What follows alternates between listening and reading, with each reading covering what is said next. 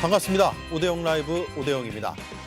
드디어 내일입니다. 최후 변론에 시간 제한이 없는데 국민에 대한 사과가 나올 것인지가 주목되는 부분입니다.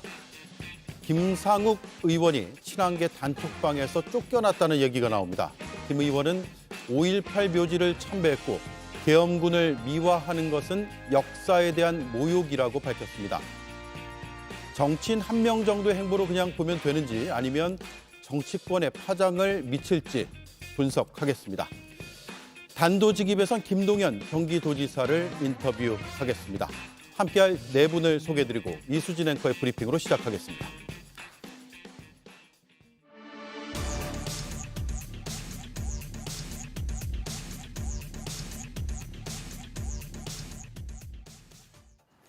중국 대사관과 경찰서에 난입한 혐의 등으로 구속 상태에 있는 캡틴 아메리카 복장의 유튜버 안모 씨의 정체가 드러났습니다.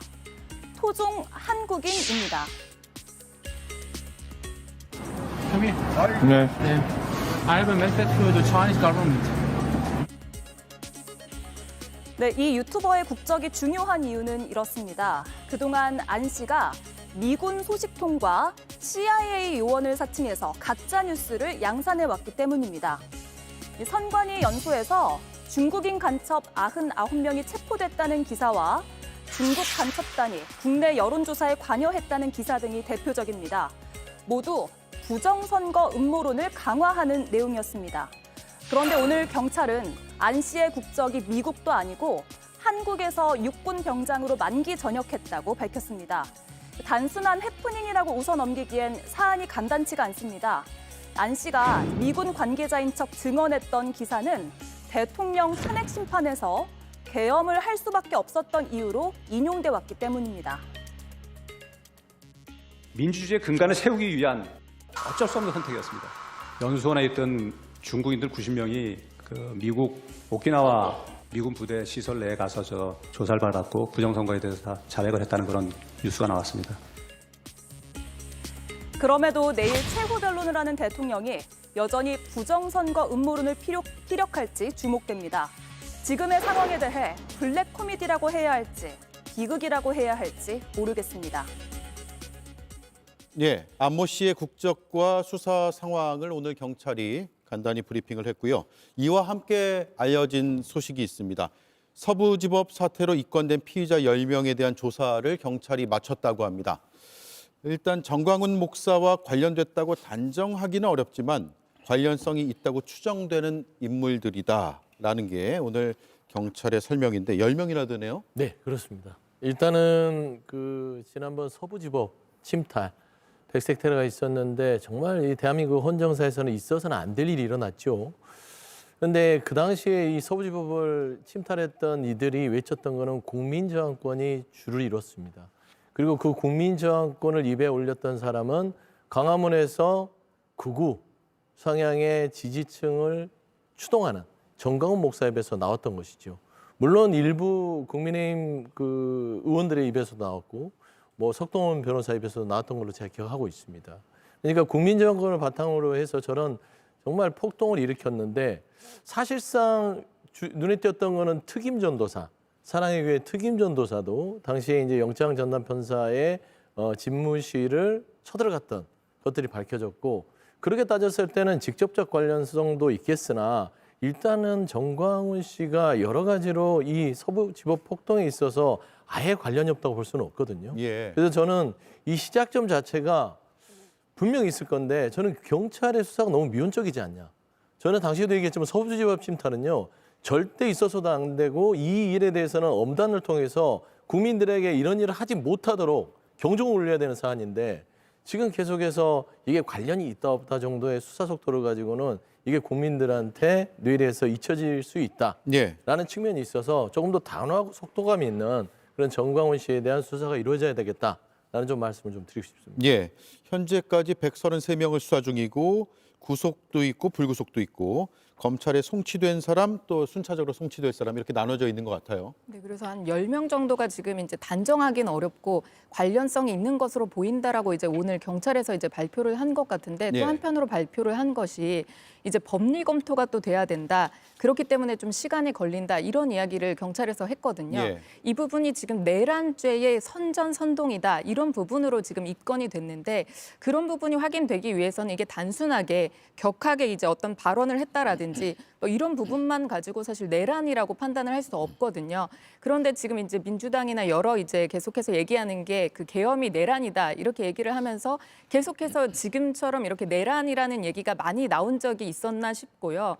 이 내란이란 부분은 실제로 이제 내란에 계획이 있었는지 그리고 또 실제 이게 가담을 했었는지 여러 가지 정황들이 이제 판단이 돼야 되는데 그런 부분에서 수사기관이 지금 이제 판단을 해야 될 몫이라고 생각이 들고요. 네. 그렇기 때문에 시간이 걸린다 이렇게 이제 발표를 한 것으로 보입니다. 예. 김보여 위원님. 예. 정광훈 씨에 대한 수사는 아직 이루어지지 않고 있는 것 같아요. 표면적으로 보기에는. 일단 관련성이 있는 피의자들을 조사한 후에 관련성을 좀 더 입증한 뒤에 할 것 같죠? 그렇게 되겠죠? 원래 검경이 그 어떤 조직의 두목, 수괴급을 수사를 할 때는 주변부터 다 수사를 한 뒤에 가장 마지막 단계에서 핵을 딱 뽑아내는 거죠. 주변부터 한 뒤로 중심으로 들어가는 게 수사 기법은 맞습니다. 그리고 정광훈 경우에는 이 확신범이기 때문에 얼굴도 또 너무 많이 알려져서 도주 우려는 없고 증거 인멸할 게 있을까요? 이미 방송에서 너무 많은 설교와 광화문 광장에서 집회 연설을 통해서 범죄 혐의는 증거물은 상당히 확보가 돼 있다고 볼 수 있습니다. 문제는 이 내란 세력이 아직도 준동을 하고 있다는 거죠. 예를 들어서 지금 현재 구속 기소된 사람은 수괴 윤석열을 포함해서 군경 드러난 지휘부 정도밖에 없습니다. 그 내부에서 작동했던 사람들, 빙산의 일각 정도만 딱 드러난 사람들만 구속돼 있고 나머지는 빙산의 몸체처럼 있는 거죠. 철저하게 다 발본색원을 하려면 내란 특검을 하는 수밖에 없습니다. 그런데 최상목 내란 혐의로부터 관련이 전혀 없다라고 얘기할 수 없는 최상목 대행이 거부권을 행사해서 지금 안 되고 있죠. 예. 제가 보기에는 윤석열 탄핵된 뒤에 내란 특검이 다시 국회에서 재의결되고 내란 특검이 발동이 돼야 제대로 수사를 할 수 있을 것 같습니다. 그때는 정광훈도 피해가지 못할 겁니다. 네. 탄핵 심판 결과가 어떻든 일단 결론을 짓고 나서 비상계엄과 관련된 특검을 해야 된다라는 말씀이네요. 자, 그리고 앞서 이수진 앵커가 브리핑한 대로 영화 캡틴 아메리카 복장을 하고 주한 중국 대사관과 경찰서에 난입을 시도했던 남성이 구속이 됐고 본인을 그동안 미국 중앙정보국 소속의 블랙 요원인 것처럼 이야기를 했는데 미군 예비역이라고 주장도 했거든요. 오늘 경찰에서는 육군 병장을 전역한 것이 확인됐다 이렇게 밝혔어요. 김성일 위원님. 한마디로 뭐 거짓 상상에 빠져서 거짓 인격을 만들어낸 거죠. 아니 블랙 요원이 누가 자기가 블랙 요원이라고 얘기를 하고 다닙니까? 자기 정체도 밝혀지면 안 되는 사람들인데요. 근데 이제 사실 이런 분들은 어딜 가나 있었어요. 이렇게 히어로물을 동경하거나 그래서 착각 속에 빠져서 본인이 그런 사람인 것처럼 생각하는 동네 가면 이런 분들이 한두 분들 계셨거든요. 근데 그런 사람들을 누가 이렇게 잘한다 해줘 보면 이런 문제가 발생을 하는 거예요. 잘못된 일이다 얘기를 해줘야 되는데 그런 사람들을 이렇게 오냐 하고 띄워주면은 자기 망상이 점점 더 심해지는 거거든요. 여러분들 그 망상이란 게 혼자만의 생각인 것 같잖아요. 아닙니다. 망상은 실제로 전염이 돼요. 그 공유 망상 장애라는 게 있어요. 이게 권위가 있는 사람들이 망상을 계속해서 집어넣으면 주변 있는 사람들이 그거에 영향을 받는다는 이론이 있습니다. 그러니까 이런 거에 대해서 대통령을 비롯해서 권위 있는 사람들이 부정선거라는 허위 사실을 갖다가 계속 얘기하고 그걸로 해서 계엄을 했다는 망상을 주입을 하다 보니까 저런 분들이 영향을 받아가지고 어떻게 합니까? 언론에다가 미국 정보통이라고 허위 인터뷰까지 해버리잖아요. 그러니까 이런 일들을 계속해서 반복되고 심화시키는 것은 우리 정치권의 문제였다. 정확하게 말하면 윤석열 씨의 문제였다. 그래서 이번 일을 계기로 우리가 이런 것들에 대해서는 철저하게 막아야지만 우리 사회의 안녕과 공공의 이런 어려움들을 막아낼 수 있는 그런 것들이 있을 것이다. 그래서 철저한 처벌이 좀 필요한 상황이다. 예. 봅니다. 그렇군요. 자, 그 안모 씨가 스카이데일리 기사로도 기사화가 됐고 그것보다 눈에 띄었던 게 KBS 인터뷰였거든요. 선관위 간첩 기사 정보원은 나다라면서 자신이 블랙 요원인 것처럼 주장을 했단 말이에요. 그래서 공영방송에서 보도하니까 대통령의 대리인단이 그걸 받아서 더 헌재 심판에서 이걸 주장을 확대하고 이런 흐름으로 지금 보이는데 이것도 이번에 한번 짚어봐야 될 중차대한 문제인 것 같아요. 이게 이제 단편적인 사안이긴 하죠. 안 씨라는 분이 뭐 CIA 블랙 요원이라고 하는데 그냥 사람 자체가 블랙이라고 생각합니다. 그냥 깜해요. 예. 근데 제가 보면 참담한 기분이 드는 것은 이 사람은 지금 주장하는 바가 정말 조금 정상적인 사고를 할 수 없는 사람의 주장이고 그런 사람이 유튜브를 통해서 어떤 중국인들이 개입해서 부정선거에 들어갔다. 예. 그 간첩들을 체포해서 미군에 보냈다. 이걸 유튜브로 얘기를 한 사람 아닙니까? 예. 그리고 이거를 또 언론 스카이데일리인가요? 그쪽에 이제 제공을 해서 기사를 했다라고 본인 입으로 이야기를 하는데 여기까지는 그냥 조금 허황된 망상에 빠진 사람의 그냥 허황된 주장으로 끝났으면 이게 하나의 그 안에서의 사회의 아주 일부분의 사람들의 허황된 주장이라고 할 텐데 이거를 지금 현재 비상계엄의 근거로 쓰고 있다는 게 너무나 참담합니다. 지금 아까도 자료화면에 윤곽근 변호사, 윤석열 대통령 피청문이 그 얘기를 하잖아요. 이런 보도가 있었다. 그렇기 때문에 부정선거다. 중국인 간첩단은 99명을 체포해서 감금해서 보냈다. 예. 이런 것들을 얘기를 하는 근거로 쓰고 이게 계엄의 근거로 쓰는 것인데 윤석열 대통령 발언을 생각해 보십시오. 예전에 그 감옥에서 썼던 메시지 중에 내 것이를 보지 말고 올바른 정보가 있는 유튜브를 봐라. 그러니까 이런 유튜브를 맹신해서 여기까지 다다랐다고 봤을 때는 대한민국이 지난 3년 동안 얼마나 많은 시간을 허비했고 얼마나 망상 속에서 그 우리가 모르는 사이에 호적됐는지 저는 그걸 보면서 이 단편 하나로만 끝나지 않는다는 게 더 국민 한 사람으로서는 참 참담하고 비참할 수밖에 없는 상황이다. 예, 법률적으로 그래서 어떻습니까? 이게 안 씨가 허위 사실로 인터뷰를 했단 말이에요. 그걸 검증을 못한 언론의 법적 책임이 있나요? 아니면 당사자도 문제가 될 수 있나요? 만약에 이게 지금 사실로 밝혀진 건가요? 이게 지금 스카이데일리에 이제 본인이 인터뷰를 한 내가 이제 제보를 한 사람이다라고 이제 안모 씨가 주장을 하고 있는 그런 상황으로 이제 알고 있고요. 만약에 법률적인 부분을 물어보셨으니까 만약에 그 부분이 문제가 된다면 이게 언론사라는 거는 상당히 중요한 역할을 하고 있고 그렇기 때문에 언론의 자유가 상당히 중요한 겁니다. 예. 왜냐하면 또 그 전에 또 전제가 돼야 되는 건 지금 앵커님이 말씀하신 것처럼 제보자가 제보를 했다 하더라도 그 한 사람의 말을 믿고서 이거를 언론으로 기사를 하는 게 아니라 엄청나게 또 많은 이제 또 확인을 거쳐서 이게 제보를 받아서 이제 기사를 하게 되잖아요. 그런 예. 부분에 있어서 언론사의 책임이 상당히 중하다 이렇게 보이고요. 이게 만약에 법적으로 문제가 된다라고 한다면요. 이게 또 스카이데일리가 그 이재명 대표가 꼭 집어서 이 부분에 대해서 이제 그 얘기를 해가지고 이 부분의 전체 이제 신문에서 이 광고가 빠졌던 그 신문사이지 않습니까? 그렇기 때문에 이런 부분을 보면은 다시 한번 그 언론사의 책임이 얼마나 중요한지에 대해서 다시 한번 이제 할 수 있고요. 다만 좀 이게 좀 생각을 하고 싶은 그 부분은 이렇게 만약에 이 사람이 제보자가 맞다면 이 사람 말만 가지고 신뢰를 해서 기사를 써서는 안 되겠죠. 이게 다 2중, 3중으로 다 이제 확인을 해서 기사를 써야 되는데 그거는 이제 모든 언론사가 다 마찬가지라고 생각이 듭니다. 예. 김보효 의원님 예. 생각은요? 언론인 출신이기도 하고요. 제가 이전에 어떤 기사를 보니까 스카이데일리 기자와 이 안 씨가 서로 통화한 내용이 있었습니다. 그런데 그냥 앞으로 잘 쓰면 내가 계속 기사 제보해 줄게. 데스킹도 봐줄 거야 하니까 그 기자가 아니 그냥 그걸 넘어서 아예 써주시면 좋고요.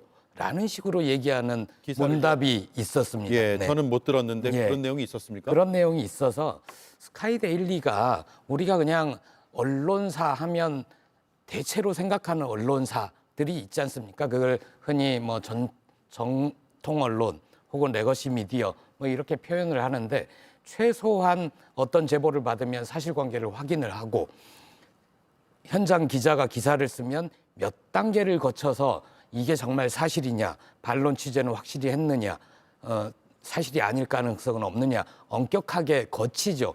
그걸 거치지 않은 언론사입니다. 스카이데일리는 이런 내용이 아무런 여과 장치 없이 기사화됐다는 것 자체는 그렇고요. 예. 이런 극단적인 주장이 나오는 데 대해서 정치권의 책임도 있지 않느냐라는 비판을 많이 듣습니다. 그런데 정치권 이렇게 싸잡아서 뭉뚱그려서 얘기를 하면 좀 억울합니다. 조국혁신당도 정당이고 정치권에 있는데 그럼 이런 극단적인 주장이 나오는데 조국혁신당도 일부 책임이 있는 거 아니냐라는 얘기로 들리거든요. 억울해서 도저히 그런 비판에는 수용을 할 수가 없고 엄격하게 얘기하면 국민의힘 책임이죠. 내란의 힘이라는 비판을 들어도 할 말이 없는 국민의힘이 기댈 구석이 되고 비빌 언덕이 돼주니까 이런 극단적인 주장이 계속 나오는 거라고 봅니다. 윤석열 일당뿐만 아니라 거리에 나와 있는 저런 안 씨뿐만 아니라 극우 태극기 부대들에게 계속 잘못된 신호를 주고 있습니다.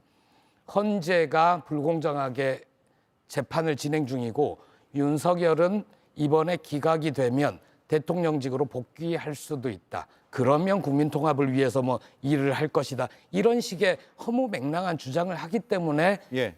저는 극단적인 주장들이 주장에 탈을 쓰고 나오는 거죠. 예. 국민의힘에서 할 말씀이 있으신가요? 어떤 반론을 하시겠습니까? 일단 이제 대변인님이 말씀을 하셨는데 국민의힘 책임이다, 조국 혁신당은 책임이 없다 이렇게 말씀을 하셨는데 참 뭐라고 답을 제가 해야 될지 예. 참 모르겠는데 그 얘기가 일단은 맞다고 먼저 해주시면. 그 안모 씨가 얘기한 그 스카이데일리에 미국 정보통 중 본인이 한 명이다라고 이렇게 주장했다라는 사실이 먼저 이게 사실인가 확인이 되고서 저희가 얘기를 해야 되는 게 아닌가, 그게 또 하나의 언론사의 책임이 아닌가 그런 네. 생각이 먼저 들고요. 그리고 또 이제까지 저희가 얘기했던 이런 극단적인 주장들 저희 국민의힘 지도부 차원에서든지 저희는 어떤 집회든 이런 폭력적인 시위나 집회에는 절대 안 된다라는 그런 입장을 누차 얘기를 해왔고요. 또 그리고 집회 동원이나 이런 부분은 저희는 한 번도 한 적이 없습니다. 민주당에서 갑자기 민주당 얘기를 꺼내서 그런데 당직자에 대한 동원령이라든지 이런 부분들로 다 이렇게 광장으로 모이게 하는 것, 저는 이거는 정치권의 모든 정치권, 정치인들에 대한 책임이 있다라고 저는 생각이 듭니다. 저도 대변인이고 정치인의 한 사람으로서 말씀을 드리고자 하는 건 광장에 나와서 목소리를 국민들이 높이지 않을 수 없기 때문에 이렇게 나온다는 거, 그런 부분을 하나 지적을 하고 싶고요. 이런 부분에 대한 책임이 그럼 광장으로 국민이 모이게 하는 책임이 누구에게 있느냐 하면 이거는 동원하지 말아야죠. 동원하지 말고 스스로 나와서 하는 것은 막지 말아야죠. 저는 그렇게 생각합니다. 이것이 자유민주주의가 아닐까라는 생각이죠. 그러니까 자유민주주의라는 것들은 말하자면 제한된 헌법과 법률의 범위에서 누려야 될 권한이지 마음대로 아무 말이나 내뱉고 그다음에 타인에게 피해를 주고 대한민국의 법치를 흔들면서 자유민주주의를 주장하는 것은 대한민국의 헌법과 법률이 저는 허용하지 않는다고 봐요. 그리고 민주당이 당원동원령을 낸 것이 마치 정치에 개입해서 민주당이 드디어 정치적인 개입을 하는구나라는 것도 이치에 맞지 않는 게 그동안은 당원 소집 명령을 안 내렸습니다. 그런데 그 이르게 된 배경이 국민의힘이 헌법재판소를 흔드는 게 너무 도가 지나칩니다. 한두 번 정도 거론하는 건 좋습니다.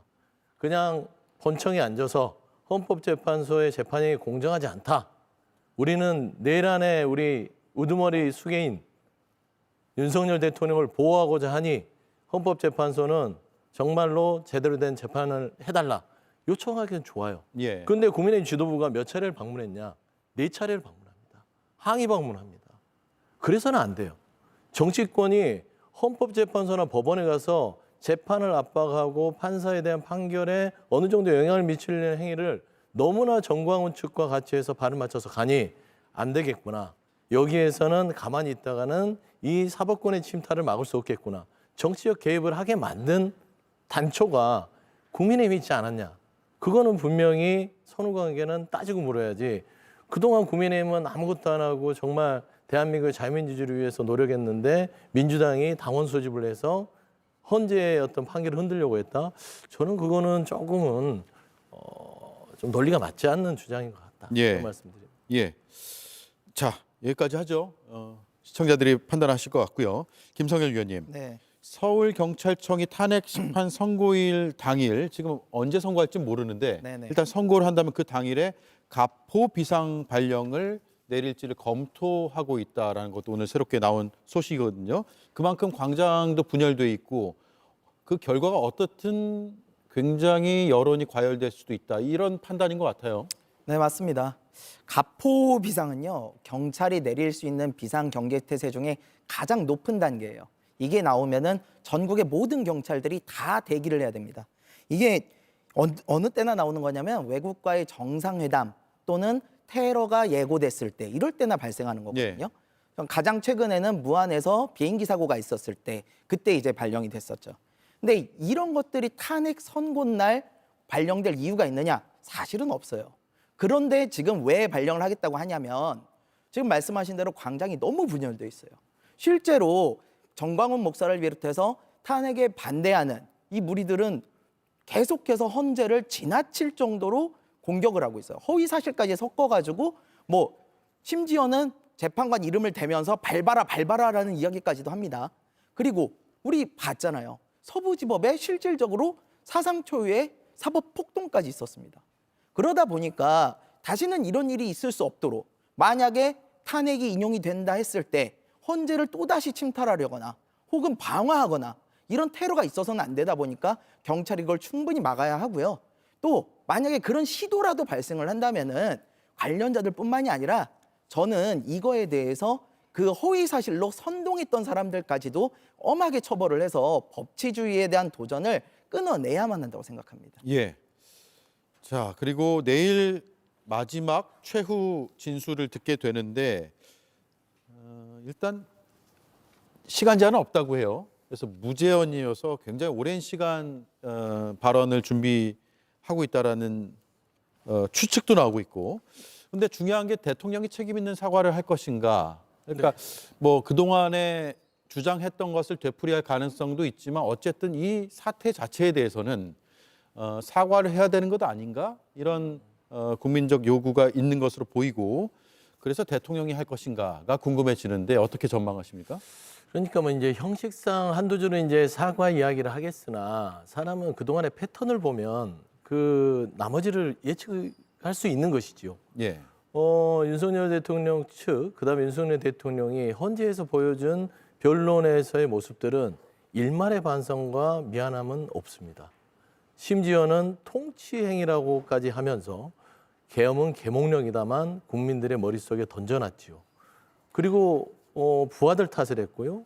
그다음에 이 어떤 내란에 대한 이 본인의 행위가 국민들한테 알려져서 성공했다라는 거의 비합리적인 상황에 이르러 있는데 이제 와서 최후 진술이라고 해서 정상적인 어떤 입장문이 나올까 싶어요. 저는 정확하게 예측할 수 있는 건 12월 12일 날 대국민 담화를 통해서 내란의 행위 그때 밝혔지 않습니까? 반국가 세력에 대한 척결과 종북 세력 등등에 대한 그런 의미를 가지고 부정선거를 밝혀내기 위해서 했다.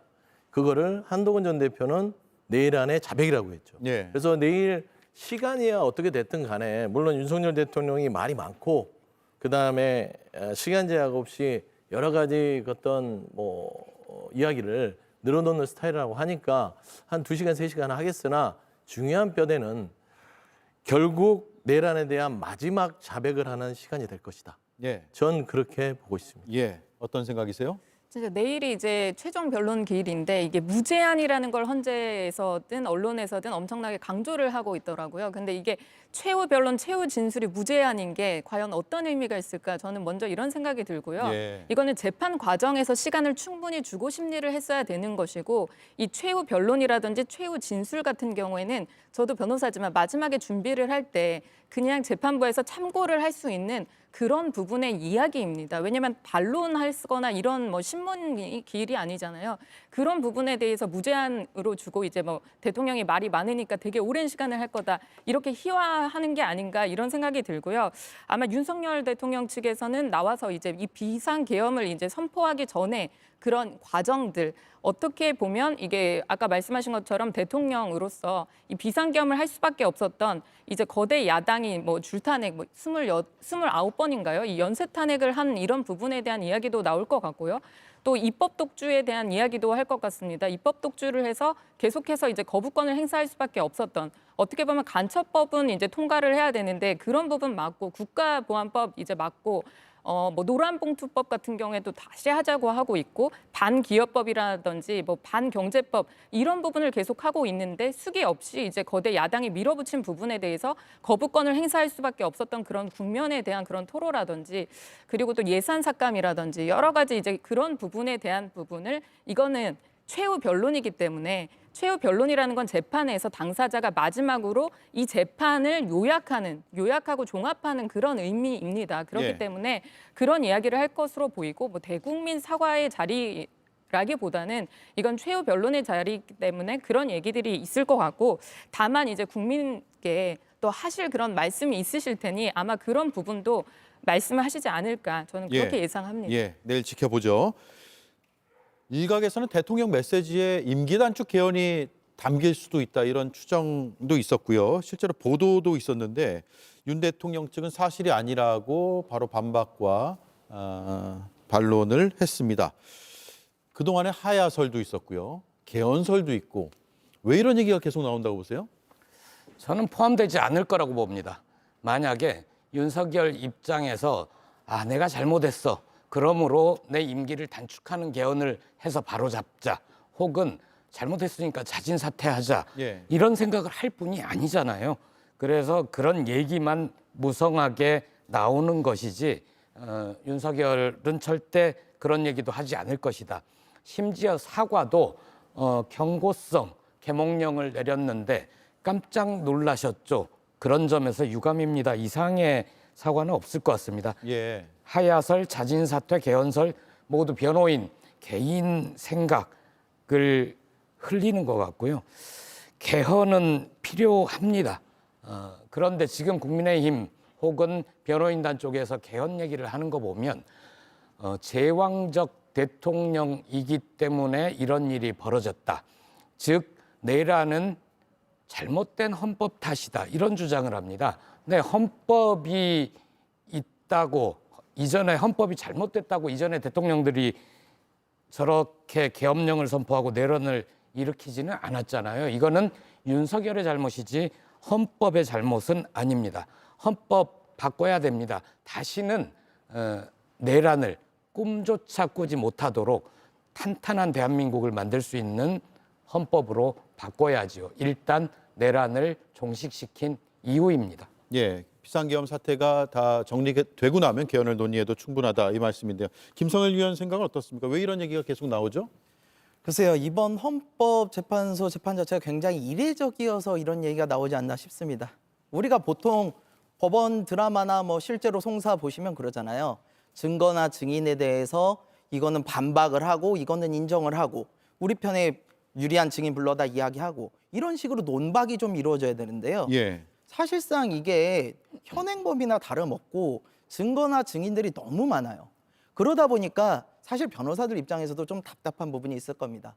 그럼 판결의 내용을 뒤집기가 쉽지 않을 거예요. 그러다 보니까 어떤 일을 합니까? 판사라든가 아니면 증인이라든가 이런 부분에 메신저에 대한 공격을 많이 하셨어요. 근데 이런 거는 결코 재판에 유리한 영향을 가져가기는 어렵다고 봅니다. 이렇게 예측이 안 되는 재판을 하다 보니까 최후 변론도 사실 어떻게 나올지 예측하기는 좀 어렵고 그러다 보니까 하야라든가 개헌이라든가 이런 얘기도 나오는 걸로 보이는데요.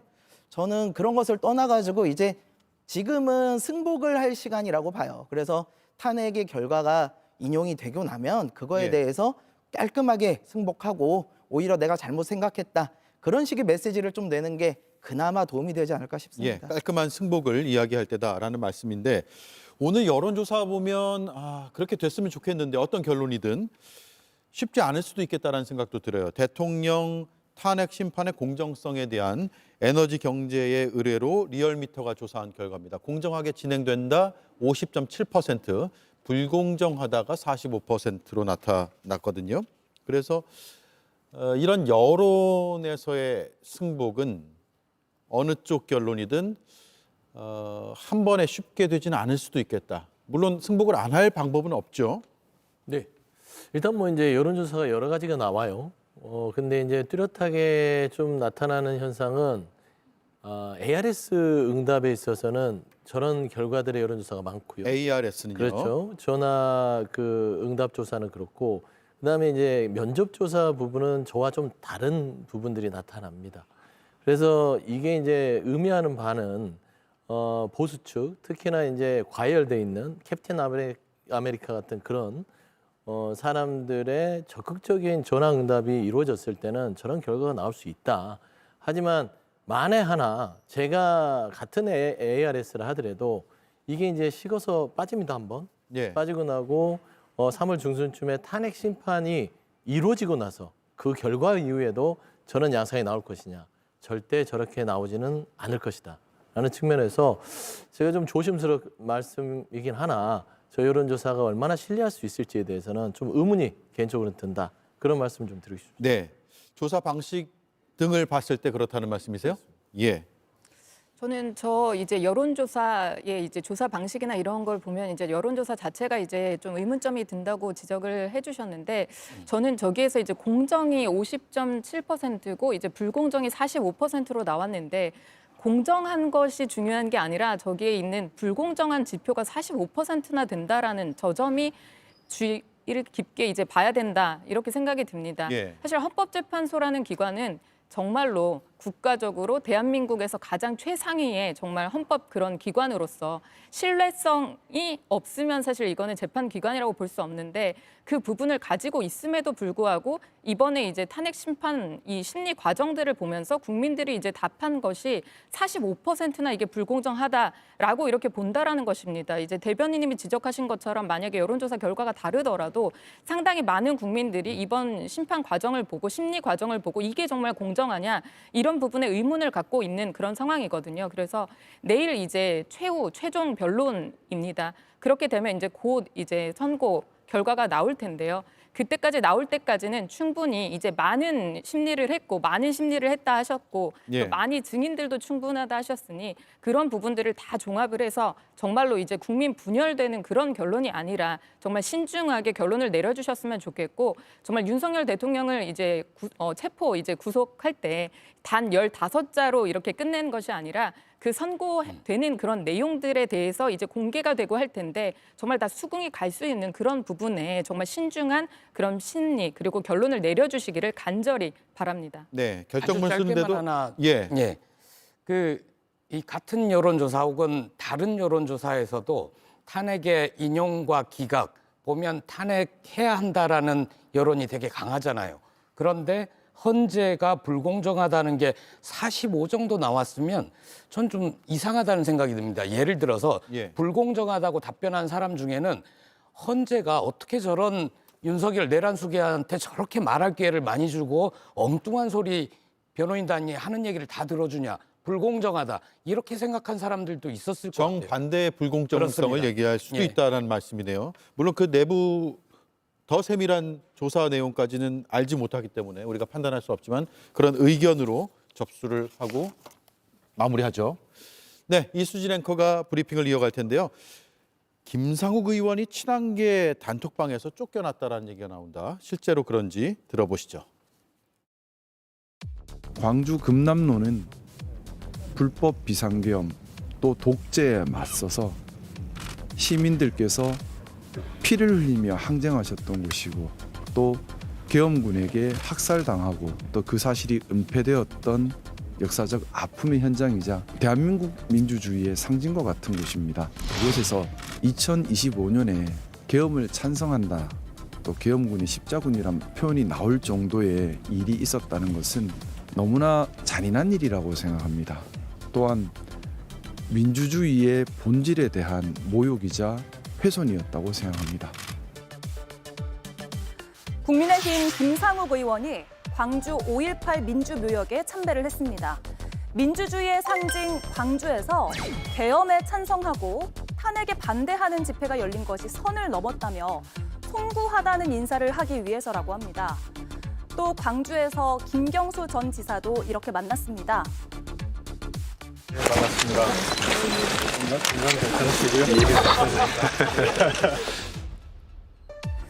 다만 이 자리에 오기까지 쉽지 않았다는데요. 광주에 방문하는 문제로 친한계 단체 대화방에서 쫓겨났다, 이런 보도가 나왔습니다. 얼마 전까지만 해도 친한동훈계 모임인 언더73에도 참여를 했었기에 다소 의외라는 반응도 이어졌는데요. 오늘 김 의원은 이 보도를 부인하지 않았습니다. 일부 언론 기사 보도도 나갔지만은 당내의 반발도 분명히 있었고요. 또 일부 또 같이 뜻을 같이 하던 동지들조차도 동의하지 못하는 분들도 계셨습니다. 하지만 민주주의를 지키겠다는 기본적인 가치가 정치적 이해관계나 아니면 여러 가지 계산들 때문에 뒤로 물러서서는 절대 안 된다는 생각입니다. 표면적으로는 광주를 가느냐 마느냐의 문제로 보이지만 한편에선 국민의힘을 탈당해서 민주당으로 가기 위한 행보 아니냐, 이런 예측까지 나오고 있습니다. 예, 자 이수진 앵커의 마지막 한 줄이 의미심장한데 탈당하는 것 아니냐 이런 얘기가 사실 뭐 보도는 안 나가고 있지만 정가에서 공공연하게 지금 얘기하고 있어요. 일단 국민의힘 안에서는 어떻게 판단하고 계세요? 국민의힘에서는 특별하게 나오는 얘기가 저는 없는 것으로 알고 있고요. 예. 이게 상욱 김상욱 의원이요? 의원 예. 같은 경우에 원래는 이제 친한계 단톡방에 두 군데 이제 들어가면서 이제 친한계다 이렇게 이제 분류가 됐었는데, 이제 단톡방에서 아마 나가라는 그런 이제 뭐 이렇게 나가라는 권유를 받고 이제 나가게 됐다, 이렇게 이제 얘기를 하고 있습니다. 네.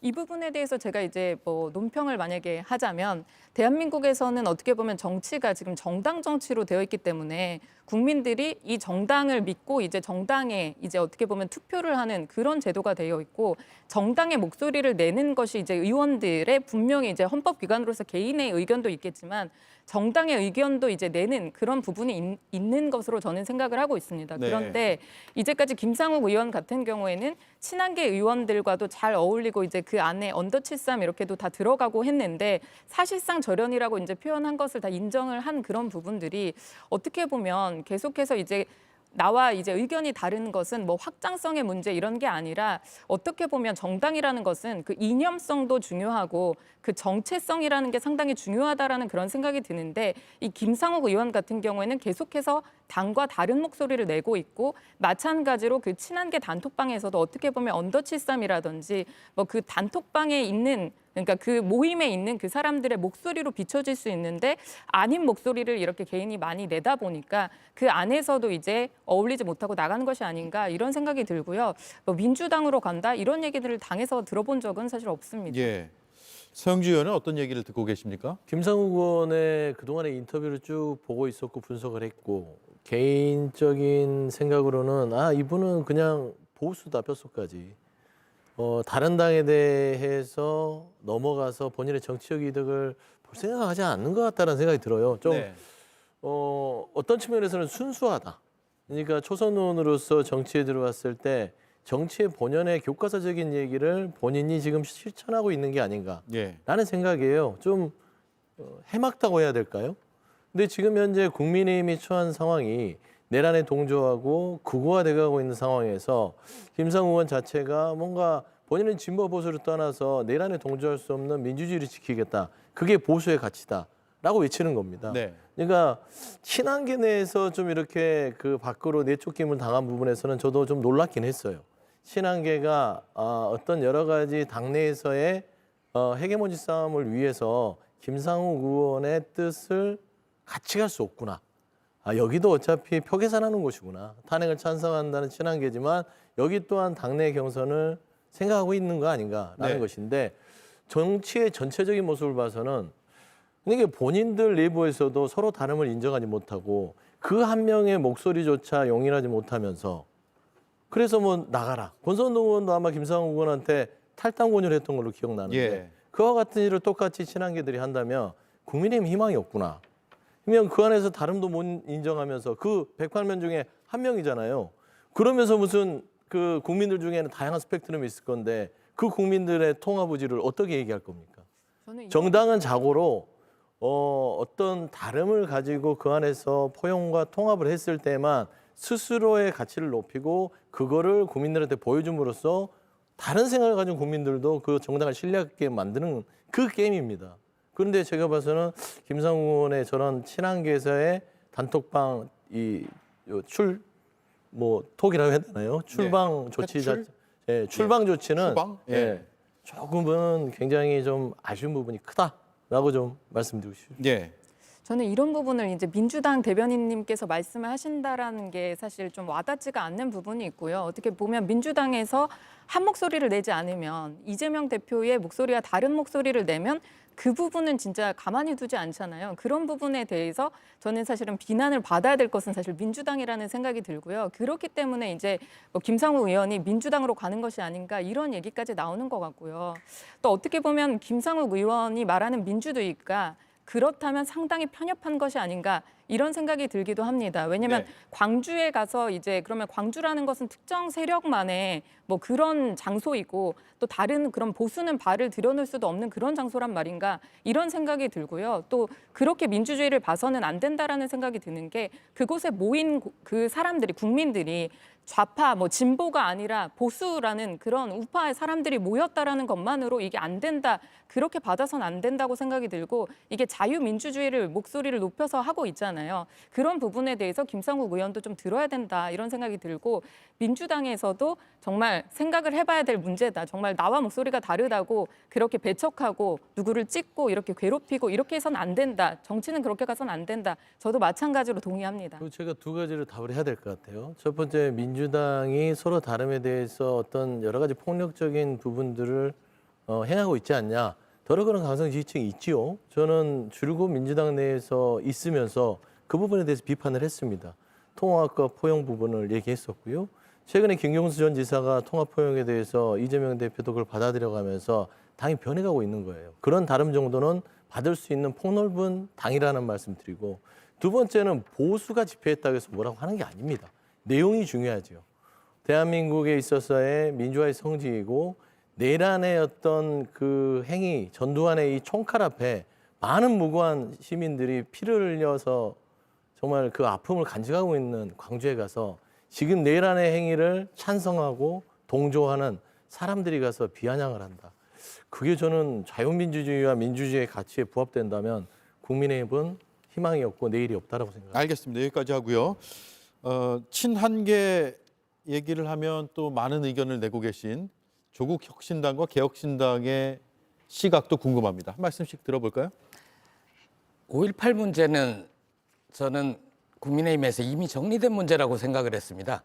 김종인 비대위원장 시절 그리고 이준석 대표 시절 5.18 정신을 헌법 전문에 담겠다. 그리고 광주 가서 묘역도 가고 비석도 쓸고 그러지 않았습니까? 그런데 광주에 가는 문제 합의하지 않았다. 혼자 맘대로 간다.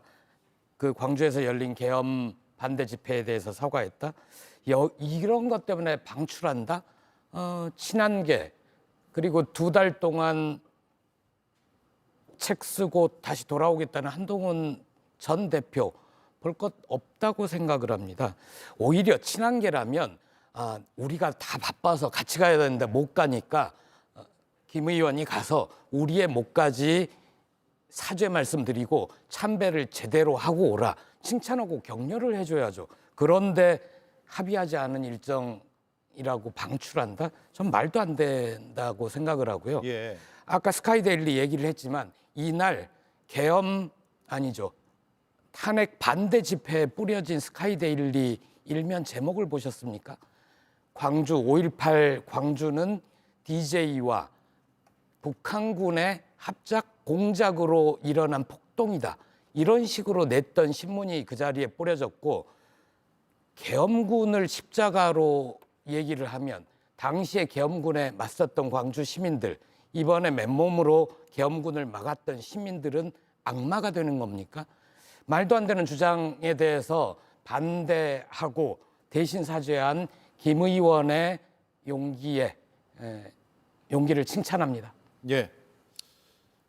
예, 정치는 갈등을 만들어내는 게 아니라 해소하라고 있는 겁니다. 예, 광주가 어떤 곳입니까? 정말 우리는 상상하기조차 힘든 그런 아픔을 가지고 있는 곳이거든요. 한강 작가 소년이 온다. 거기 보면은 얼마나 잔혹한 그런 상황들이 묘사가 되어 있습니까? 근데 그런 아픔을 평생을 안고 가는 사람들이 사는 곳이에요. 거기까지 가서 꼭 계엄 찬성, 탄핵 반대 집회를 해야 했을까요? 그것도 타 지역에 있는 분들까지 버스로 동원해서 했잖아요. 이게 곧 무슨 뜻입니까? 그냥 싸우자고 가는 것밖에 안 되지 않을까요? 그러니까 광주 정신을 자꾸 독점하지 말라라고 이야기를 하는데요. 광주 사람들이 광주 정신을 독점하는 게 아니에요. 국민의힘 측에서 광주 정신을 인정을 안 하고 있는 겁니다. 그거 뛰어넘어야 돼요. 그게 새 정치입니다. 그래서 저희 개혁신당에서 이준석, 천하람, 이주영 이 3명 의원 가가지고 묘비 990개가 넘는 거 다 닦고 헌화하고 그러면서 좀 안고 가자 한 거 아닙니까? 저는 김상욱 의원의 이번 행보도요. 사실은 낡은 갈등을 좀 청산해 가자라는 우리 새로운 젊은 정치인들이 해야 될 그런 행보라고 생각을 합니다. 근데 이런 거에 대해서 칭찬은 못하고 격려는 못해줄 망정 쫓아내려고 한다면 과연 한동훈 전 대표 측이 생각하는 그런 정치는 새 정치라고 할 수 있을지 좀 의문이 드네요. 예. 그래서 이런 부분들에 대해서는 우리가 오히려 독려를 해줘야 된다고 생각을 합니다. 예.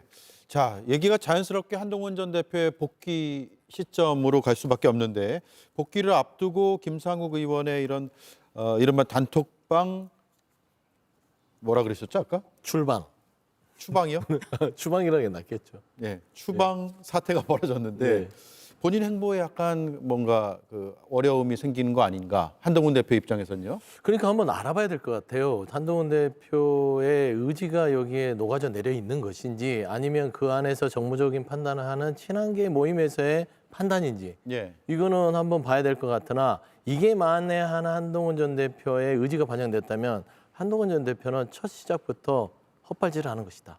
왜 그러냐면 탄핵에 찬성했고 그가 국민이 먼저입니다. 이런 식으로 얘기를 했잖아요. 네.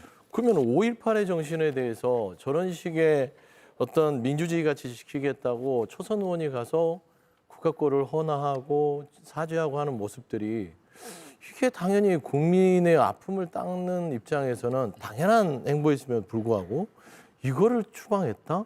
아무리 이게 이 본인들의 어떤 팀플레이에 맞지 않는다 하더라도 한동훈 전 대표의 있던 첫 걸음에서는 매우 안 좋은 이미지를 남겼다. 그래서 저는 아마 한동훈 전 대표가 최근 그럴싸하게 썼는데 이 같은 행보하고 같이 엇박자를 낸다면 첫 네. 시작부터 첫 단추가 잘못돼서요.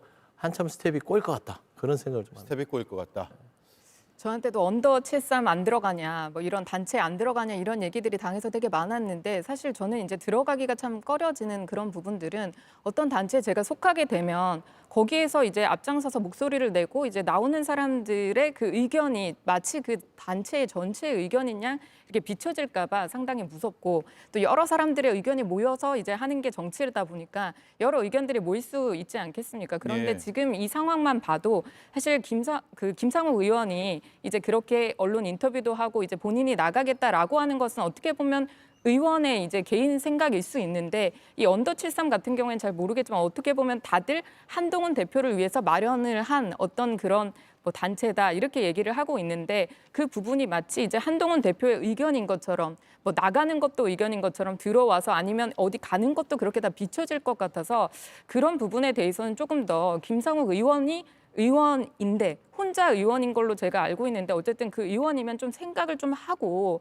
해야 되는 것이 아닌가. 이 모임에 대한 성격도 좀 생각을 해야 되는 것이 아닌가. 저는 개인적으로 그렇게 생각합니다. 예, 김상욱 의원의 생각이 짧았다 이 말씀으로 좀 정리하면 될까요? 이념적 정체성에 대해서 조금 더 생각을 해보시는 게 더 맞지 않을까. 그리고 이 부분이 만약에 한동훈 대표를 위해서 모인 그런 단체라고 한다면 그 부분이 더 부각이 돼야 되는데 이건 어떻게 보면 김상욱 의원의 그 개인 그 행보를 위한 단체는 아니잖아요. 그렇기 때문에 이런 뭐 어떻게 보면 단톡에서 나가게 되는 그런 조치가 취해진 게 아닌가 예. 그런 생각이 듭니다. 예. 김상욱 의원이 앞서 들으셨지만 언론 보도 이후에 언론 보도 내용을 크게 부인하지 않고 있는 상황이고요. 자신과 생각이 다른 분들이 그 안에 계시기 때문에 그런 이유 때문인 것으로 본인도 파악하고 있는데 나중에 한번 인터뷰를 하게 되면 물어보겠습니다. 어떤 이유 때문인지 그리고 여러 이런 의견들에 대한 어떤 생각을 갖고 있는지 물어보는 시간이 곧 마련될 수도 있을 것 같습니다. 자, 네 분 말씀 잘 들었고요. 다음 주에 뵙겠습니다. 고맙습니다.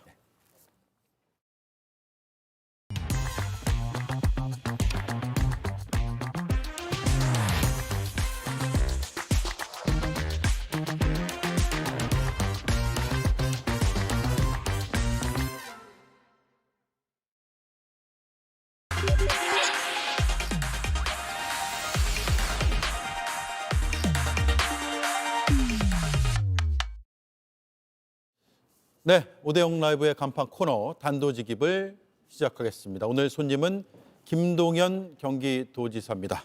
어서 오십시오. 네, 안녕하십니까. 예. 조기 대선이 이뤄질 것이라는 전망이 상당히 우세하고 그래서 이 질문을 먼저 드려야 되나 상당히 고민을 했습니다. 네. 최근에 언론 인터뷰도 많이 하고 계시고 조기 대선까지 생각하고 계신 행보라고 봐도 될까요? 지금 뭐 이제 그 탄핵이 이제 기정사실화가 이제 점차 돼가고 있는 것 같습니다. 탄핵 기정사실이 되면 그때 이제 제가 할 역할을 분명히 이제 말씀드리도록 하겠고요. 예. 아직 뭐 대선까지 이렇게 얘기하긴 조금 이른 시점입니다. 예, 그렇겠죠. 근데 그럼에도 불구하고 제가 여러 인사들 인터뷰하면서도 그런 말씀을 드렸습니다만 대선을 염두에 두지 않고 질문 드리는 것도 또 어려운 문제인 것을 감안해 주시기 바랍니다. 민주당 내에서 여러 대선 주자군이 이렇게 거론이 되고 있습니다. 물론 이재명 대표가 상당히 지지율이 제일 높은 것으로 나오고 있는데 경제 관료 출신이라는 점이 다른 주자들하고 다른 점인 것 같아요. 그 점이 어떤 장점으로 발휘하게 될까요? 지금 뭐 우리에게 가장 큰 문제는 대한민국 미래 먹거리 무엇이냐, 또 국민들이 어떻게 먹고 살 거, 뭐 이런 것 아니겠습니까? 그런 예. 측면에서 보면 뭐 경제에 오랫동안 전문가 또 대한민국 경제 정책을 총괄했던 그건 뭐 큰 장점이 아닐까 싶고요. 또 하나 덧붙이고 싶은 것은 이제 글로벌 경험인 것 같습니다. 제가 만났던 수많은 정치, 경제 지도자들 또 그분들과의 그 네트워킹 뭐 이런 것도 경제 관료로서는 큰 강점이 아닌가 이렇게 싶습니다. 예, 노무현 유산의 상속자가 되고 싶다 이런 표현을 쓰셨던데 그렇습니다. 여러 해석들이 나온 것 같아요. 정확히 어떤 의미로 쓰신 겁니까? 지난주 한 열흘 전에 제가 광주를 방문을 해서 노무현길을 걸었습니다. 그러면서 노무현의 계승자가 되고 싶다. 단 노무현의 자산이 아니라 노무현의 부채의 계승자가 되고 싶다 이런 얘기를 했습니다. 부채요. 예, 네. 저는 노무현 대통령이 갖고 있는 부채를 두 가지로 생각합니다. 첫 번째는 비전 2030. 지금으로 딱 20년 전에 앞으로의 25년 뒤에 대한민국의 비전과 실천 전략에 대한 보고서거든요. 제가 그때 그 보고서를 만든 책임자였습니다. 예. 그 보고서를 만들고 야당의 정쟁에 휘말려서 결국 좌초가 됐는데 그 새로운 버전의 비전 2030을 실천하는 그 부채를 제가 개선하고 싶다. 첫 번째고요. 그게 그때 이제 지금으로서는 기획재정부에 그렇습니다. 계실 때 그렇습니다. 예. 국장이셨나요? 그때? 예, 그때 국장으로 그 업무를 제가 총괄하는 실무 책임자였었고요. 두 번째는 노무현 대통령께서 개헌 이야기를 했습니다. 그리고 원포인트 개헌 이야기를 하면서 권력구조 개편과 그리고 당신의 그 임기를 단축하는 그런 얘기까지 했었거든요. 그때 못 이룬 그 노무현 대통령의 그 생각과 뜻 그것을 부채로서 제가 계승해서 이번에 이제 87 체제를 종식시키고 제7공화국을 만드는 그런 길을 가겠다. 그리고 거기에 첫 걸음은 권력구조 개편을 포함한 개헌이다. 네. 그리고 그 개헌에는 경제 개헌과 또 앞으로 계엄이 다시는 나오지 못하도록 하는 계엄을 막는 계엄 대못 개헌까지 포함해서 하겠다 해서 이 두 가지를 계승하겠다는 뜻으로 말씀드렸습니다. 그 두 가지를 동시에 국민투표까지 해서 개헌을 하자라는 생각이세요? 비전 2030은 뭐 개헌 사항은 아니고요. 아니요. 제가 말씀드린 것은 권력구조 개편과 네네. 개헌 부분. 그렇습니다. 예, 그 두 가지를 한꺼번에 하자는 그렇습니다. 말씀이죠. 그리고 거기에 더해서 경제 개헌. 예. 같이 하는 것입니다. 경제 개헌은 지금 사회적 약자나 취약계층에 대한 그 정부의 책임이 지금 약하게 들어가 있거든요. 그래서 정부의 책임을, 국가의 책임을 그 사회적 약자와 경제적 취약층에 대해서 강화하는 것. 그리고 과거에 이제 박근혜 대통령이 써서 이 좀 단어가 오염되긴 했습니다만 제대로 된 경제 민주화 이런 것들까지 포함되는 경제 개헌이 함께 이루어져야 되겠다. 이렇게 생각하고 있습니다. 예. 개헌 얘기는 늘 나오면은 찬성하지 않는 분들은 거의 없는데 실행이 되지 않는 문제가 있잖아요. 이번에도 개헌 얘기를 꺼내면 지금 비상계엄으로 인해서 벌어진 사태들이 다 극복이 되거나 회복되지 않은 상황이어서 그 집중도가 떨어지지 않겠느냐라는 반론에 부딪히게 됩니다. 그런 반론에는 동의하세요? 저는 조금 다르게 생각합니다. 과거에 이제 얼마 전까지 윤석열 대통령이 구속되기 전이나 예. 또는 이 탄핵이 진행되기 전에는 그 말도 일리가 있었지만 이제는 탄핵 절차가 정상 궤도에 올랐고 또 윤석열은 지금 구속돼 있는 상태가 하기 때문에 탄핵은 탄핵이고 개헌은 개헌이다. 이제는 뭐 유력 정치 지도자나 또 앞으로 대선 후보들이 이 개헌 문제에 대해서 함께 선 합의를 보고 예. 이번 기회에 우리 87체제 종식하고 개헌을 통한 제7공화국으로 가자.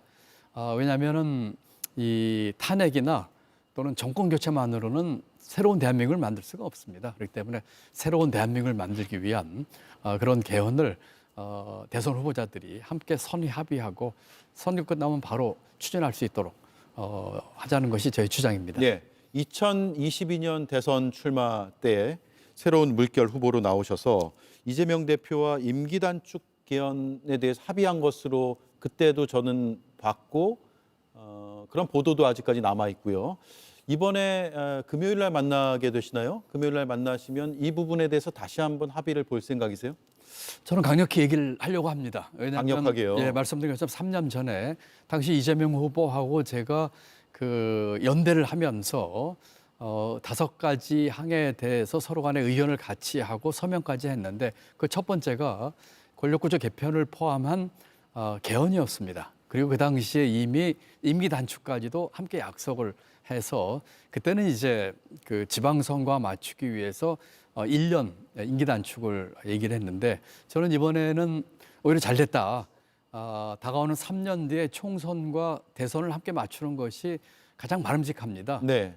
선출되는 대통령의 그 국정 운영을 이제 안정적으로 할 수 있기 때문이지요. 그래서 지난번에도 약속을 했기 때문에 그때에 대한 약속 이행 또 앞으로 할 것에 대해서도 뭐 분명히 이야기를 하려고 생각을 하고 있습니다. 예. 그러면 지금 생각하는 구상은 4년 중임제가 되시는 건가요? 아니면 네, 저는 예. 분권형, 분권형 4년 중임제, 4년 중임제요. 그리고 책임 총리제 책임 이런 총리. 것들이 되겠습니다. 그러면 자꾸 이제 그러면으로 질문 드릴 수밖에 네. 없습니다. 궁금한 점이 계속 생겨서요. 2025년에 탄생하게 될 대통령은 3년의 임기까지 하고 그렇습니다. 그 개헌에는 해당이 안 된다라는 구상을 갖고 계신 거예요? 그렇습니다. 지금 현행 헌법은 개헌을 할 당시에 대통령에게는 적용이 안 됩니다. 네. 그렇기 때문에 만약에 2년 임기를 단축해서 다음번 총선하고 대선을 맞춘다면 그 대통령은 다음 대선에는 나오지 못하는 것이죠. 예. 지금 뭐 나라가 아주 혼란스럽습니다.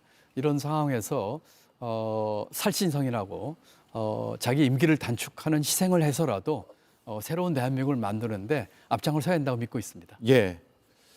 현행 헌법을 기준으로 하면 적용 대상이 안 되는 것이죠. 출마가 불가능한 것이죠. 그다음은 경제 얘기를 좀 해볼까 합니다.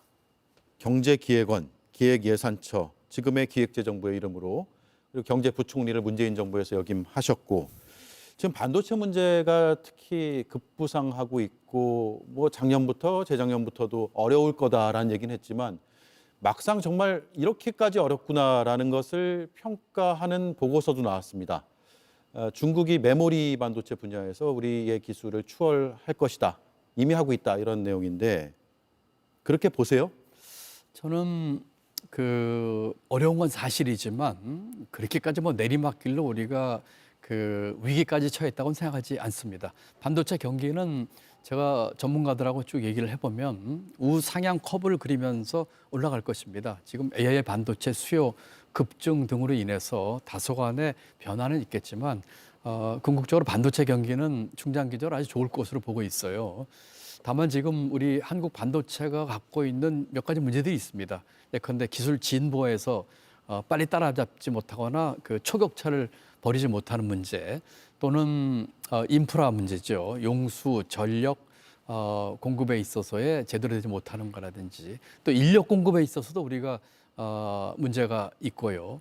또 미중 패권에 따른 여러 가지 문제들, 이런 것들이 복합적으로 있기는 하지만 네. 우리 한국 반도체 산업의 그동안의 저력으로 봐서 잘 극복할 수 있다. 우상향으로 올라갈 것이다. 예, 궁극적으로는. 우리는 뭐 그 세계적인 반도체 수요는 그렇습니다. 예. 그 인력이라는 부분은 어떤 겁니까? 인재 유출 같은 문제인가요? 그 반도체 공장이나 또는 산업에는 전기와 물과 사람이 아주 필수적이거든요. 지금 경기도만 해도 지금 삼성과 SK 하이닉스에서 420조 투자 계획이 있습니다. 예, 다 돈에 있죠, 지금. 그렇습니다. 다 저희 돈에 있고, 그렇다면 이 문제는 전력 공급을 어떻게 원활히 할 수 있을 것인가. 특히 신재생 에너지까지 포함한 전력 공급, 그다음에 용수 공급, 그다음에 거기서 일할 고급 인력의 공급 문제가 있거든요. 예. 그래서 이 문제들을 저는 인프라라고 표현하는데, 앞으로 정부에서 이와 같은 인프라 구축, 또 투자에 대한 정부 지원, 그다음에 그 미중 패권 싸움에 있어서의 제대로 된 중심 잡힌 외교와 대책, 이런 것들이 함께 가야 한다고 생각하고 있습니다. 예. 그러면 정부가 더 투자를 많이 늘려야 된다고 생각하세요? 지금 다른 나라에 비해서 우리는 민간 중심으로 이루어지고 있다라는 평가들을 받고 있잖아요. 네, 저는 정부가 여기에 대해서 더 많은 투자를 해야 한다고 생각을 합니다. 이미 제가 그 50조 추경을 주장하면서 최소한 15조는 이번에 투자한 얘기를 했습니다.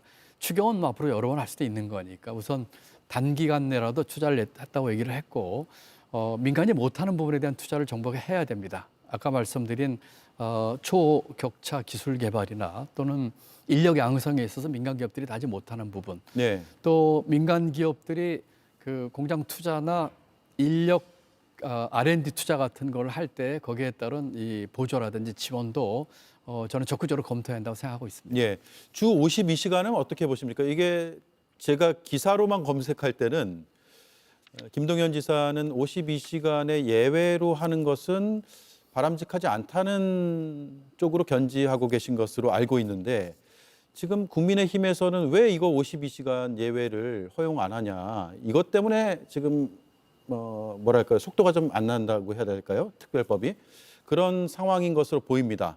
52시간 예외로 둬야 된다고 보세요? 아닙니까? 저는 이 문제는 첫 번째로 왜 반도체 산업이 어려울까에 대한 원인 규명을 분명히 해야 된다고 생각을 예. 해요. 52시간 때문에 반도체가 그 어려운 거는 지극히 작은 얘기지요. 경영의 반도체 산업의 경영 문제도 있고 여러 가지 예. 문제가 있죠. 지금 반도체 특별법이 9개가 그 국회에 제출돼 있는데 그 중에 이 52시간 그 예외 규정한 법안은 하나밖에 없습니다. 그리고 두 번째는 이와 같은 52시간 예외가 다른 산업으로 확산될 가능성이 있기 때문에 당초에 우리가 52시간 제도를 도입한 취지에 반할 수가 있습니다. 네. 그렇기 때문에 그와 같은 그 예외를 두는 것에 대해서는 원칙적으로 저는 반대를 하고 있고요. 다른 분야에서도 그러면 왜 우리는 안 풀어주냐, 이런 얘기가 그렇습니다. 나올 예, 법하죠. 그렇습니다. 예.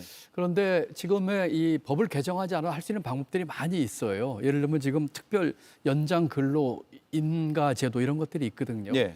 이미 삼성전자에서 지난 2년여 안 되게 20번 넘게 이거를 활용을 했습니다. 그럼 이와 같은 행정 조치와 보완을 통해서 할 수 있겠다. 우리가 이 52시간이라고 하는 취지, 가장 근로 시간 많은 대한민국, 또 노동자의 권익, 또 이런 것들을 봤을 적에 원칙은 지키되 이와 같은 행정 조치와 보완을 통해서 할 수 있는 것들을 하면 되겠다. 예. 이렇게 생각하고 있습니다. 예. 민주당 당내 얘기 좀 해볼게요. 네. 이재명 대표가 통합 행보를 하고 있습니다. 오늘 김부겸 총리를 만난 시간상으로 지금 만나기 전인 것으로 보이고, 그리고 금요일에 만나시기로 돼 있고, 예, 그렇습니다. 예, 이런 행보는 통합 행보로 표현을 합니다. 긍정적으로 보세요? 예, 긍정적으로 봅니다. 그렇지만 뭐 이거는 이제 시작이죠. 그 보다 다양한 목소리 듣고 보다 다른 생각 가진 다양한 어떤 당내의 여러 세력들을 끌어안고 그 토론하고 하는 것들 앞으로 더 기울여야 한다고 생각합니다. 왜냐하면 정권 교체를 꼭 해야 되겠는데 예. 제대로 된 정권 교체를 해야 되겠는데 그렇게 하기 위해서는 한 목소리나 일극 체제가 아니라 다양한 목소리를 조화롭게 끌어안는 것이 민주당의 경쟁력을 높이는 길이거든요. 그래서 시작은 괜찮다. 그렇지만 앞으로 더 많은 그런 통합 행보와 또 다양한 목소리를 끌어안고 토론하는 노력이 필요하겠다 예. 생각합니다. 그 필요성은 현실화될까요? 그렇게 이뤄질 거라고 보세요? 네, 그렇게 이루어져야 한다고 생각하고 있습니다. 예. 비명계 인사들의 희망과 대한 포럼 출범을 했습니다. 영상 축사를 보내셨던데 함께 하기로 돼 있는 건가요? 어떻게 됩니까? 함께 한다는 표현이라기보다는 그런 것들이 꼭 비명, 친명, 가루는 그런 문제는 아니라고 예. 생각을 하고 있어요. 다 당과 정권 교체를 위해서 애쓰시는 분들이지요.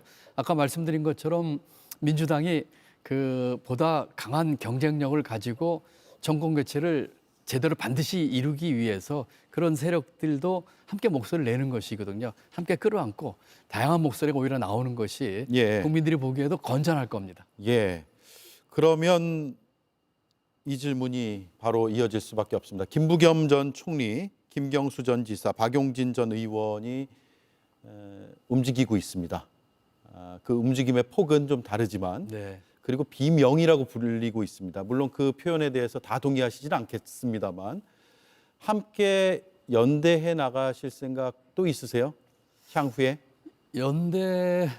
연대라기보다는 당내 경선에서요. 대화하고 함께 뜻을 나누는 건 얼마든지 가능하고 또 일부 분들하고는 벌써 대화를 나누고 있습니다. 그렇기 때문에 그걸 지금 단계에서 연계라고 표현하기보다는 대화 나누고 아까 말씀드린 것처럼 어떻게 하면 이 제대로 된 정권 교체와 새로운 대한민국을 만들까에 함께 뜻을 모으고 하는 것은 언제든지 할 수 있는 일이죠. 일부와 대화를 나누고 있다고 하셨는데 지금 공개된 것 말고도 더 있습니까? 네, 그럼요. 예, 누구죠? 편하게들 얘기 나눌 수 있는 상대들이니까요. 예. 제가 부총리 때 김부겸 총리는 행안부 장관을 하셨고요.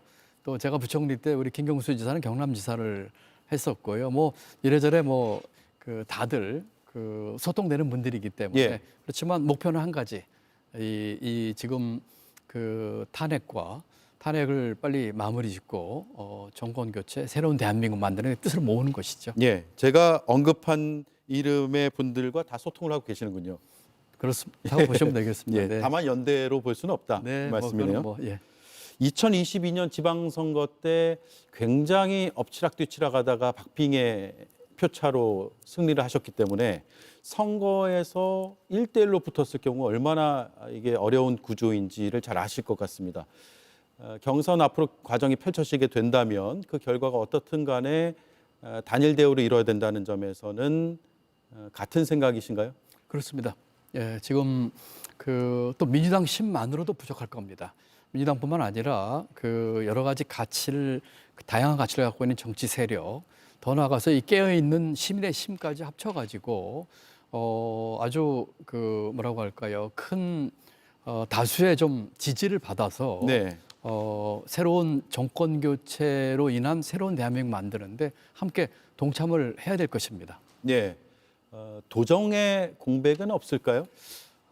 만약에 이런 대선 국면에 만약에 참여를 하게 된다면 도정에 공백이 없도록 하겠습니다. 이제까지 2년만 넘게 도정을 하면서 탄탄하게 잘 해왔다고 생각을 하고 있고요. 또 오랜 공직 생활을 통해서 도정의 방향에 많은 부분이 안정적으로 됐다고 생각합니다. 소홀히 하지 않고 문제 없도록 하겠습니다. 예. 김부겸 전 총리가 수박이란 표현을 자제해달라는 호소를 했고요. 이 자리에서 저하고 지난주에 인터뷰하면서도 그런 그러셨나요? 언급을 했는데 그 뒤에 이재명 대표가 화답을 했거든요.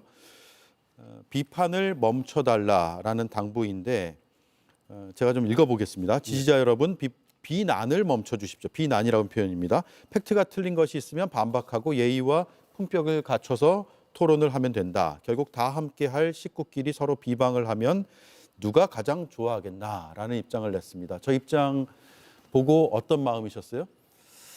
뺄 셈이 아니라 덧셈을 해야죠. 예. 지금 우리가 같은 목표를 갖고 정권 교체와 새 대한민국을 하려고 하는데 빼는 게 아니라 보태는 그런 정치와 그런 화합을 해야 되겠죠. 그렇기 때문에 이 대표가 저렇게 한 것에 대해서는 저는 같은 생각이고요. 예. 실천에 옮겨졌으면 좋겠습니다. 예, 아직까지 실천이 안 됐다고 보세요?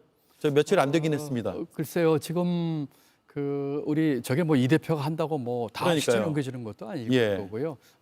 민주당의 그 건전한 양식을 가진 당원이나 강성 지지자분들께서도 이참에 우리가 덧셈의 정치를 해서 저 무도한 계엄 세력과 그 정권 교체를 이루고자 하는 예. 그런 열망을 같이 한다면 같이 힘을 합쳐야죠. 예, 이재명 대표의 지지층으로 보이는데 그쪽에서 나왔던 주장, 의견 이런 것은 김동연 지사가 이재명 대표의 덕을 좀 본 거 아니냐, 경기도지사가 될 때. 그러면 이제 대선에서는 좀 적극적으로 더 도와야 되는 거 아니냐, 이런 쪽의 주장 있었던 것은 아시죠? 그에 대한 답도 일부 하신 걸로 제가 아는데 지금은 어떤 생각이세요? 지난 경기도지사 선거에서 제가 0.15%포인트 차로 이겼습니다. 표 차이로 하면 8,913표 이겼습니다. 예. 경기도 인구가 1,400만이 넘습니다. 어려운 선거였습니다. 그때에 호남과 제도 빼놓고 전부 지는 선거였습니다. 제가 극적으로 이겼고, 그럼으로써 우리 민주당의 종자 씨앗 살려달라고 한 호소가 먹혀 들어갔고, 그때 받았던 다른 민주당의 그 당시에 경기도 시군 31개 중에 저희가 22개를 졌거든요. 그때 이겼습니다. 그때 이김으로써 민주당의 기반, 또 여러 가지 지금의 좋은 어떤 터전을 그때 만들었다고 생각을 합니다. 저는 경기도민들의 표를 얻었고 경기도민의 신세를 졌지 다른 신세였다고 생각하지 않고 오히려 당을 위해서 제가 헌신했다고 생각합니다. 예, 알겠습니다. 김동연 지사가 내세우는 2025년에 조기 대선이 있다면 네. 어떤 키워드가 있을까요? 아까 개헌은 말씀하셨고요. 네. 그 외에는 뭐가 있습니까? 저는 두 가지를 더 말씀드리고 싶습니다. 첫 번째는 삶의 교체입니다. 정권 교체를 넘어선 삶의 교체이지요. 민주당은 서민과 중산층을 위한 당입니다. 그 정체성 유지하면서 그런 분들, 우리 국민들의 삶을 바꾸는 삶의 교체를 이루는 유능한 진보 정당이 돼야 되겠다 하는 게 첫 번째고요. 네. 두 번째는 통합입니다. 지금 이런 상태로 정치판이 흘러갔을 때에 내전에 가까운 그런 일들이 탄핵 인용이나 대선 결과에 따라서 나타날 수 있는데, 그때에 정말 아우르는 통합을 할 수 있는 그런 지도자가 나와야 된다고 생각합니다. 네. 그래서 국민의 삶의 교체, 그리고 통합을 이룰 수 있는 지도자, 이런 것들이 개헌과 함께 이번 대선에서 만들어졌으면 하고 희망하고 있습니다. 예. 민주당은 중도 보수다. 동의하세요? 민주당은 이건 이제 정체성의 문제입니다. 민주당은 유능한 진보라는 것이 민주당의 저는 정체성이라고 생각을 합니다.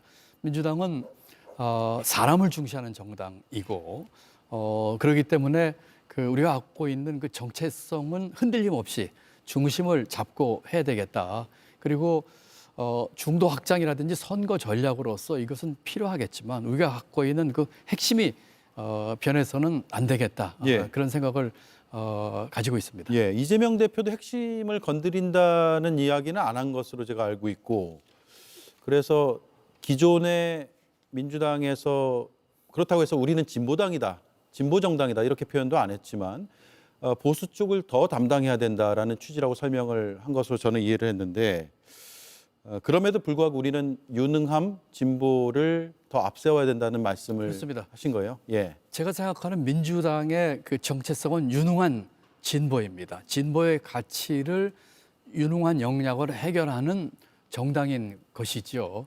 그렇기 때문에 이와 같은 그 가치와 중심에는 변함이 없어야 될 것이고, 다만 이런 것들을 실천하는 과정에서 이제 실용주의적 접근이나 또는 중도 확장을 위한 노력은 해야 되겠죠. 그렇지만 예. 어디까지나 그거는 접근 방법과 실천의 문제고, 목표 자체는 이제 아까 말씀드린 진보 정당으로 해서 유능함을 보여주는 것이고, 아마도 이러한 것들이 나오는 이유는 이 다소간의 이 불안감 때문이 아닌가 싶어요. 자신감을 가져야 된다고 생각합니다. 민주당의 그 같은 예. 가치에 대해서 오히려 지금 민주당이 지금 갖고 있는 그 어려움과 위기 의식의 그 근원은 신뢰입니다. 민주당은 지금 어떻게 보면 신뢰 위기에 빠져 있거든요. 그렇기 때문에 유능한 수권 정당으로서의 신뢰를 국민에게 보여주고 말이나 있는 자리가 왔다 갔다 하는 것이 아니라 자리는 분명히 자기 자리를 찾되 그런데 이제 접근 방법에 있어서는 실용주의적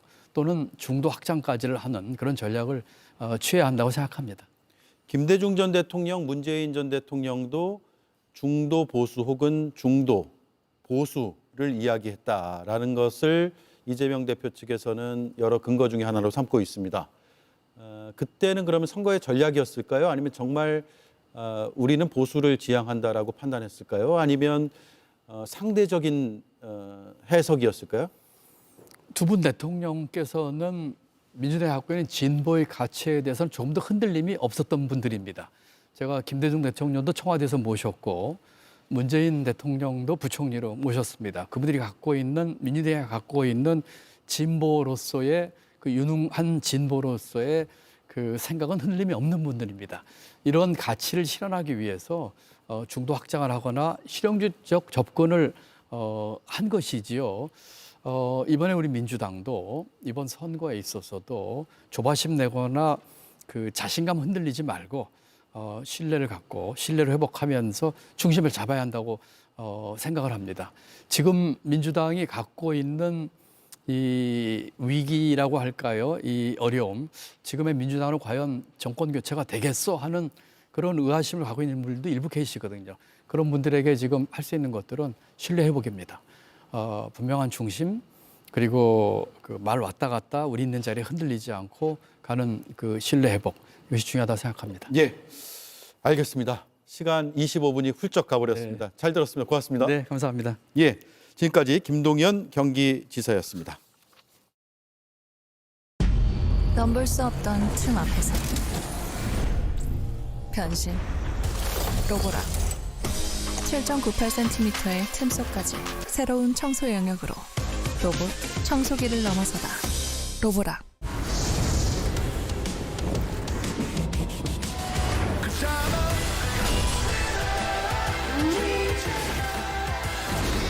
게임이란 이런 것. 레전드 오브 이미르 지금 다운로드. 거침없지만 한없이 부드러운 픽업이지만 지금까지 픽업은 아닌 더 기아 타스만. Kia, movement that inspires. 노블, 디자인으로 공간을 혁신한 노블. 이번엔 넓은 공간으로 청정 능력을 확장하다. 대형 공간까지 청정하는 컴팩트 사이즈. 코에이 노블. 한국이 가장 잘 만든다는 메모리 반도체 분야에서 중국의 기술이 우리를 앞서기 시작했다는 평가가 나왔습니다. 믿었던 너마저라는 생각과 함께 이 위중함 속에 정치는 어디에 있을까도 묻게 됐습니다. 일각은 광장의 극단적 목소리를 실어 나르고 특정 국가에 대한 혐오를 키우느라 여념이 없습니다. 숲이 아닌 나무를 보며 여전히 잘못된 수사라고 주장하기도 합니다. 그런가 하면 왼쪽이냐 오른쪽이냐의 좌표 경쟁도 바쁘게 치러지고 있습니다.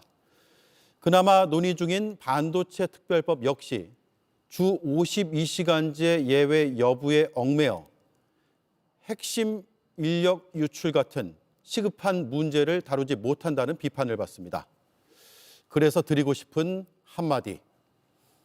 우리 이럴 때가 아닌 것 같습니다. 앵커 한마디였습니다.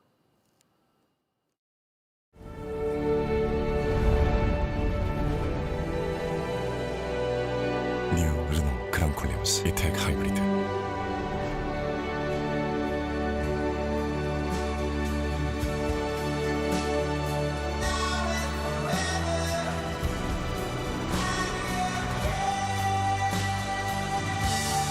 르노.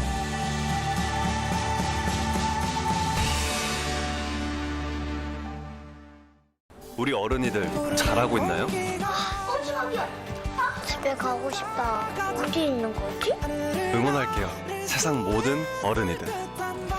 세상의 모든 일을 리스펙. 잡코리아 알바몬.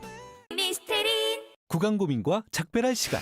양치 후에도 입속에 남아있는 유해균이 다양한 구강 문제의 원인이죠. 양치 후 바로 쓰는 리스테린 토탈 케어로 입속 유해균 99.9% 억제 효과, 입냄새부터 구강 케어까지 리스테린 토탈 케어. 네, 오대영 라이브 마치겠습니다. 내일 뵙겠습니다. 고맙습니다.